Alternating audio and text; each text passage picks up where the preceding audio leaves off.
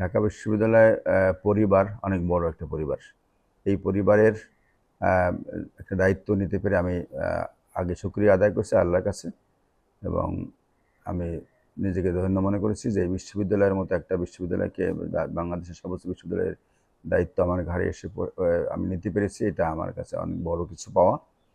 আমি এই বিশ্ববিদ্যালয়ের উপাচার্য হিসাবে ঢাকা বিশ্ববিদ্যালয়ের পরিবারের সকল সদস্য, শিক্ষক, কর্মকর্তা, কর্মচারী এবং সবচেয়ে বড় সবচেয়ে যারা আমাদের বড় সম্পদ আমার শিক্ষার্থী। এই শিক্ষার্থীদের আমরা সবাইকে ঈদের শুভেচ্ছা জানাচ্ছি, ঈদের অগ্রিম শুভেচ্ছা, ঈদ মুবারক। শিক্ষার্থী আমাদের সবচেয়ে বড় কিছু, বিকজ শিক্ষার্থী আছে বলে আমরা আছি।